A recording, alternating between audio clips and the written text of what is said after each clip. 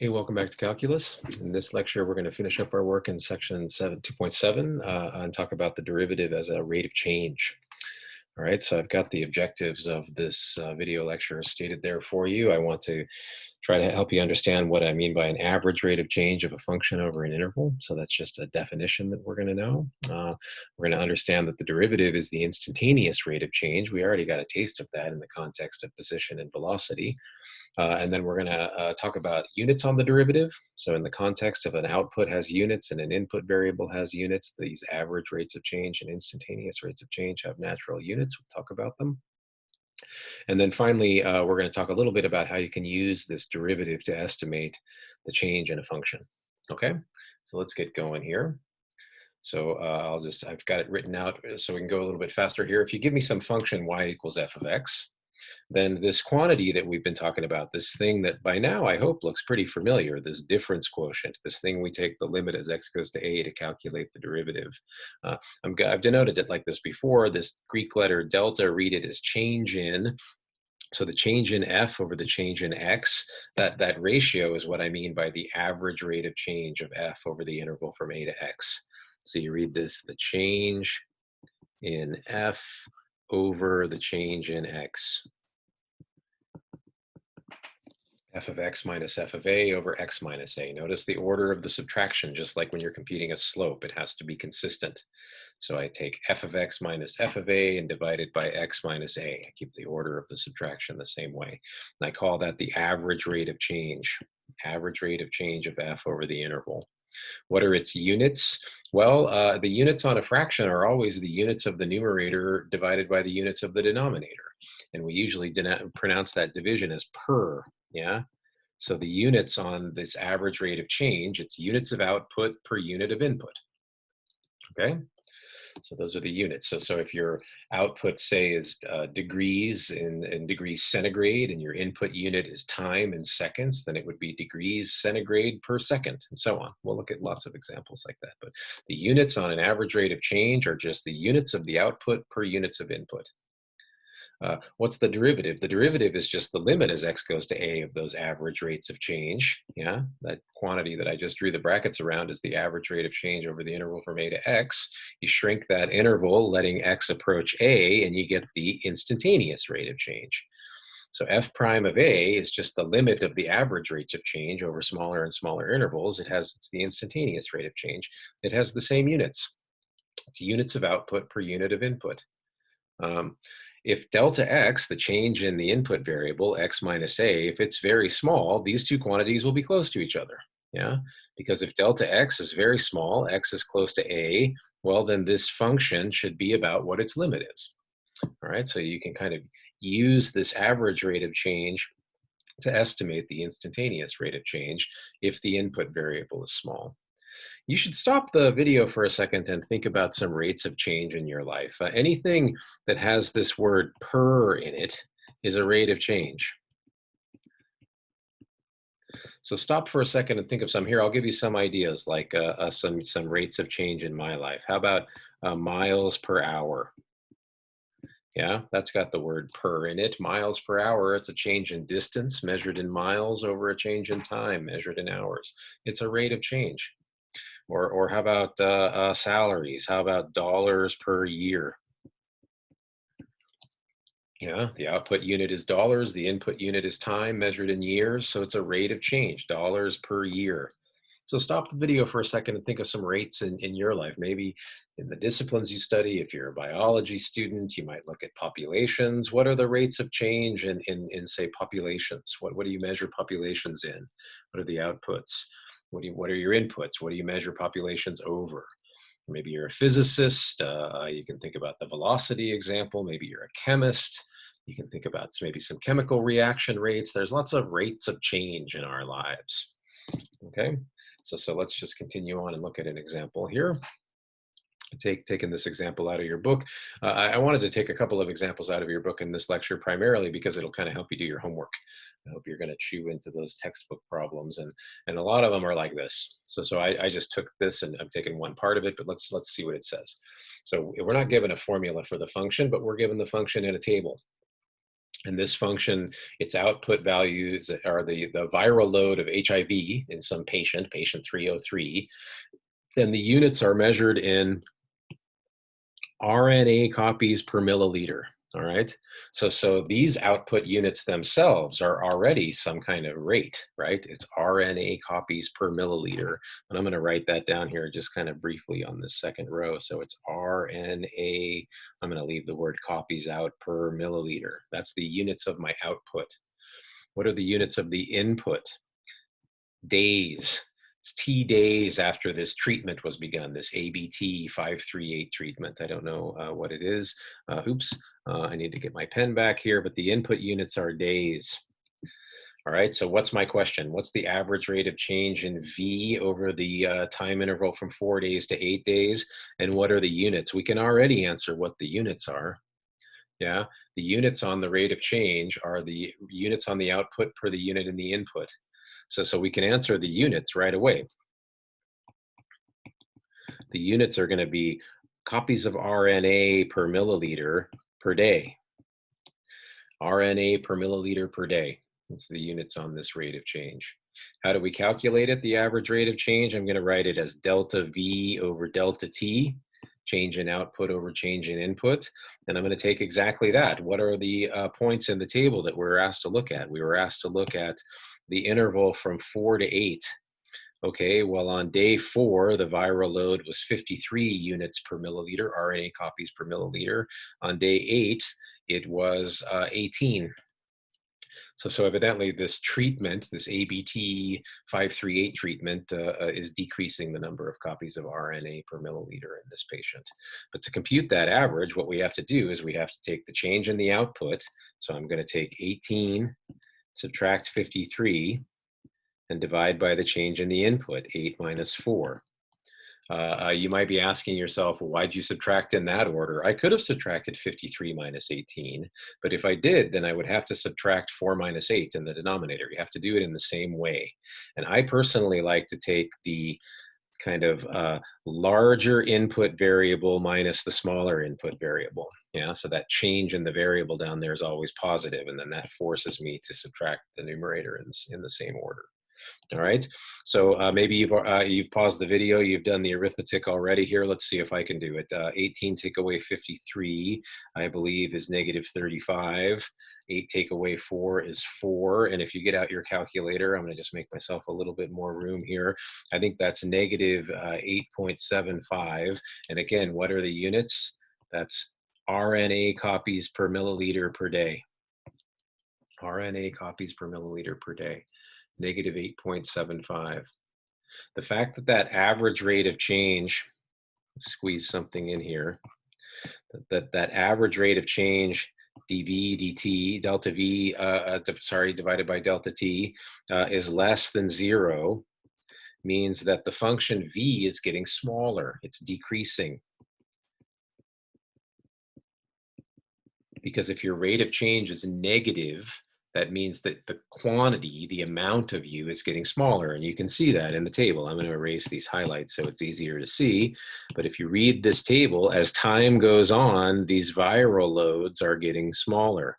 The average rates of change will be negative. When average rates of change or instantaneous rates of change are negative, things are getting smaller. That's what negative rates of change mean. All right. So, but my question was, what's the average rate of change in V over this time interval? It's negative 8.75 RNA copies per milliliter per day. All right, that's a complete answer. It's got the numerical quantity together with the units.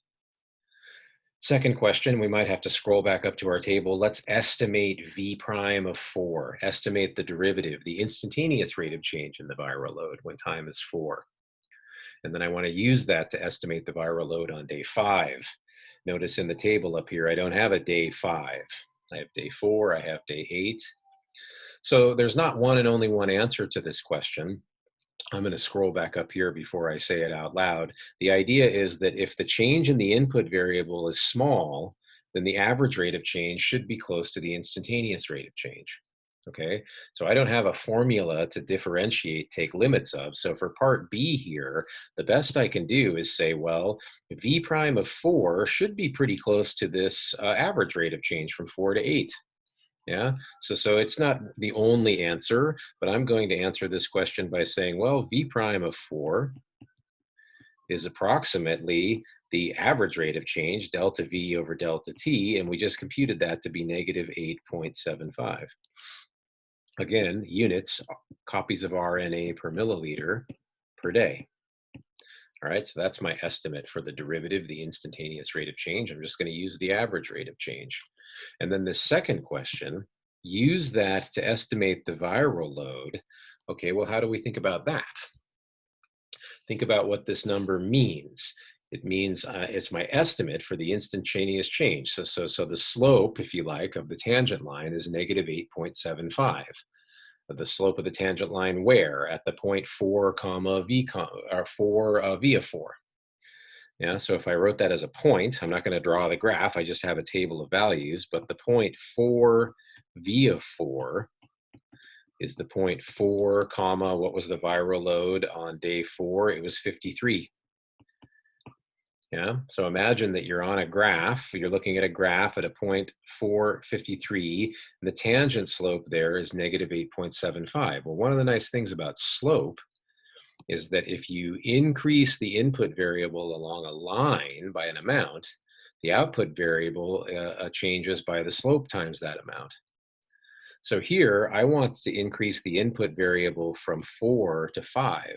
So I'm going to take my change in t to be 1. The change in t is 1.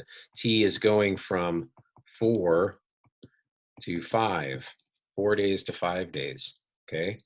Well, I can kind of look at this thing up here. Delta V over delta T is negative 8.75. So if I multiply both sides of that by delta T, it tells me what the delta V is going to be. So delta V should be negative 8.75 times my change in T times 1. That's negative 8.75 too. And what are the units on that? That would be RNA copies per milliliter, not per day, because this is a change in the volume. So on day 4, we had 53 RNA copies per milliliter, and our estimate for how much it would change in a day is this number, negative 8.75. So my estimate for the volume on day 5 is 53, take away 8.75. And you can get out your calculator and check. I think that's 44.25, and that would be copies of RNA per milliliter. So that gives you an example of how I'm using a derivative. Well, this is an estimate of a derivative to estimate the change in a function. That was our fourth objective in this lecture. All right, so pause the video and kind of try to soak that in. I'm going to move on to the next example. The next example is also taken from your book. Let's read it together here. So this one is about the cost of producing X ounces of gold from a new gold mine, and it's given by a function C is equal to f of X dollars. So let me pause right there and kind of ask you, that sentence told us what the input and output variables were and what the units are. Can you read them? The input variable X is measured in ounces of gold. It's our input variable. The output variable is called C. It's a function of X. Yeah, f of X is not the same thing as X. It's the output, and it's in dollars. So that's our output variable. Okay, so the dollars are a function of the production level in ounces. Cost is a function of production level. So now let's just kind of try to answer these questions here. 3 of them from the book, I added 1. So what's the meaning of the derivative f prime of X? Okay, well, f prime of X, it's the instantaneous rate of change in the cost with respect to a change in the production level, X. So it's the instantaneous rate of change in cost with respect to, acronym I'm throwing in on the fly there, WRT, with respect to a change in X. That's always the meaning of a derivative. That's kind of a generic answer. What are its units? Can you answer before me? Units of output per units of input, it's dollars per ounce. The units are dollars, that's the output variable, per ounce, the input variable. Okay, so it's dollars per ounce. Let's look at question B. I'll have to probably do some scrolling here to be able to write as we go, but what do you think the statement f prime of 800 equals 17 means? What does that statement mean? The change in the cost per ounce when x is 800 is 17. That's one way to interpret it.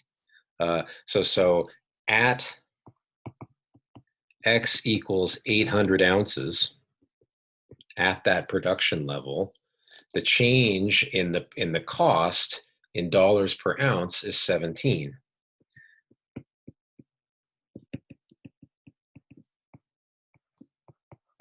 I'm going to write some symbols over here if you don't mind. Those are so messy you can't read them though. $17 per ounce. $17 per ounce. I'm going to skip part C for a second and do my part D. So suppose that it costs $10,000. It's $10,000 to produce 800 ounces of gold. How much is it going to cost us to produce 801? So again here, what am I doing? I'm taking the change in X to be an ounce, right? From 800 to 801. So I don't have the function f, but I know its derivative is 17 at 800. So the change in f should be approximately that derivative value, that slope, times the change in x. So the change in f should be approximately $17, yeah? So what should what should the cost of the production be for 801 ounces? Well, it was $10,000 to produce the 800, and then we just said that that additional ounce should cost us about $17 per ounce. So I would say that my estimate for the production of 801 ounces of gold would be $10,017. Okay, so that's just my second illustration of how you can use a derivative, an instantaneous rate of change, to estimate the change in a function.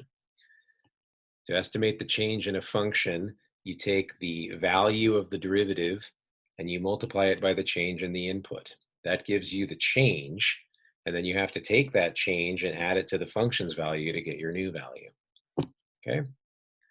And then this last one, part C, I skipped over. I'm tempted to skip it completely. It's kind of more of an economics question, but it does get into some calculus ideas here. So they're asking us if we think that f prime will increase or decrease over the short term, not f, but f prime. So maybe I'll just let you think about that. It's sort of more of an economics question, but you can kind of think about if f prime is an instantaneous rate of change, but you can approximate it with the average rate of change. So do you think that your average change in cost is going to get bigger or smaller over time? And you can kind of think about that in different scenarios. I don't think there's any one given answer to it, but I'm going to leave it there. Maybe you can come to an office hour and we can talk about it. All right, do one more example. This last one I hand wrote, and it's a little bit more formulaic. It'll give us a chance to do some derivative computations. So let's check it out. So this one's about a function that gives us the height of a ball, t seconds after it's released. And that height function is given here by this quadratic polynomial, and the height is measured in feet. Okay. So let's just bang these things out one at a time here. So what's the average velocity? So that's a keyword, average velocity over the time interval from 0 to 1. Okay, well, how do we compute average velocity? We take, sorry, this function's called h. You take the change in the output variable. Let me try to use our new notation. Change in the output variable over the change in the input variable. And in this case, we're going to take h of 1, subtract h of 0, and divide that by 1 minus 0. All right, you can stop the video and do some of these calculations, but h of 1, I believe, is 17. H of 0 is 32, and 1 minus 0 is 1. 17 take away 32 is negative 15. Negative 15 over 1 is negative 15, and the units would be, can you say them before me? It's the units of output per unit of input. So the units on this thing is feet per second. What does the negative sign mean? It means that the height of the ball is getting smaller. The negative sign means that as time is going on, at that moment, or over that interval, the ball dropped more than it rose, because this is an average velocity. Yeah. So if the average velocity is negative, that means the ball dropped more than it rose. I'm putting in a sign that down is the negative direction, up is the positive direction. Okay, so velocities can have sign that indicates which way you go. And in this particular example, a positive velocity means going up, average or instantaneous.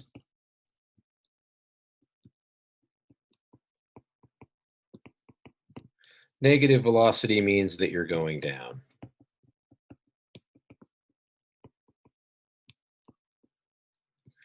Average or instantaneous. This average velocity is negative, which means over that time interval, the ball dropped more than it rose. Okay, it wasn't dropping the whole time. Maybe it wasn't rising the whole time. I just knew that at the end, it dropped more than it rose. Okay, what's the instantaneous velocity? That's the next part. The instantaneous velocity at t equals 1. Well, we got to compute h prime of 1. We got to compute h prime of 1. Let's take another glimpse at h of t here. It's 16t squared minus 16t squared plus t plus 32. So we need to compute h prime of 1. I'll probably have to scroll back up, but let me start it out here. So the instantaneous velocity is h prime of 1. We know what that means. That's the limit as t goes to 1 of these average velocities. H of 1 minus h of 0 over, excuse me, not h of 1, h of t minus h of 1. Oh boy. Sorry, it's too late to edit the video here, but let me just stop and get my wits about me here so I'm not talking crazy things.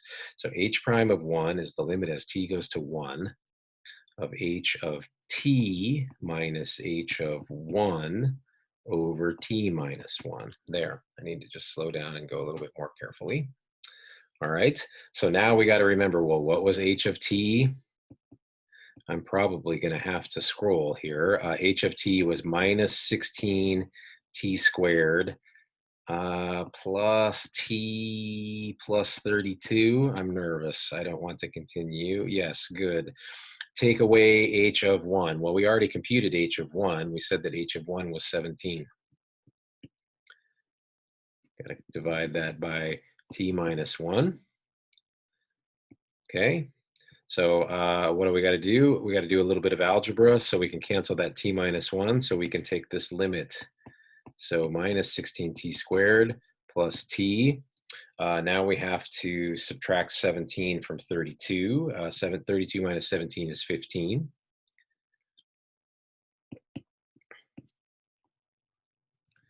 Got to divide that by t minus 1. And now this looks like a tough factoring problem, yeah? Because that thing in the numerator doesn't have a leading coefficient that's equal to 1. But let's just check it real quick here. If we let t equal 1, you get negative 16 plus 1 plus 15. That's 0. So that's your clue. It has to factor into t minus 1 times something. That's a huge clue. It's a huge clue because this basically tells us, well, this has to be minus 16t, and the other term has to be minus 1, or sorry, excuse me, minus 15, because it has to multiply by minus 1 to give positive 15. So that's the only way that thing is going to factor. Now just check it. Check the FOIL, if you like to call it. The product of the first two terms, that's negative 16t squared.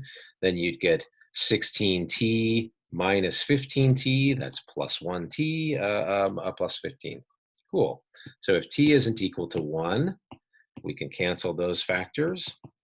T is not allowed to be 1 because we're taking this limit.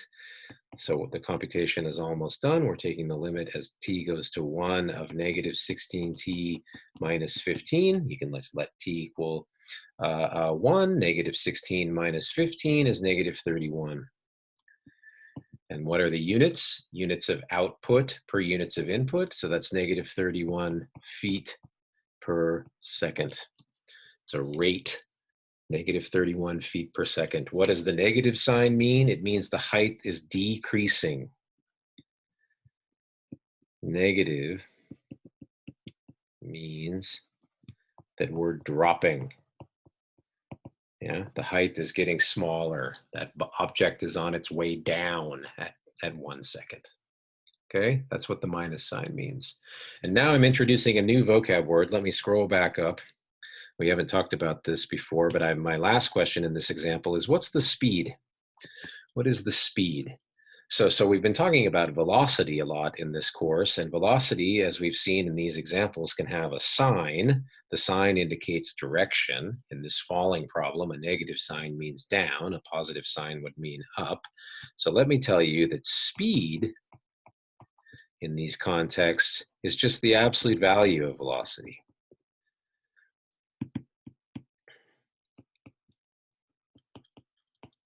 Speed is the absolute value of velocity.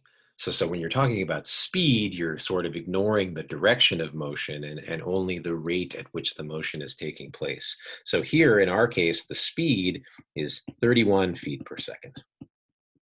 Okay? So the object is moving 31 feet per second. Its velocity is negative 31 feet per second. The negative sign tells us the direction of motion. Okay, thanks for listening.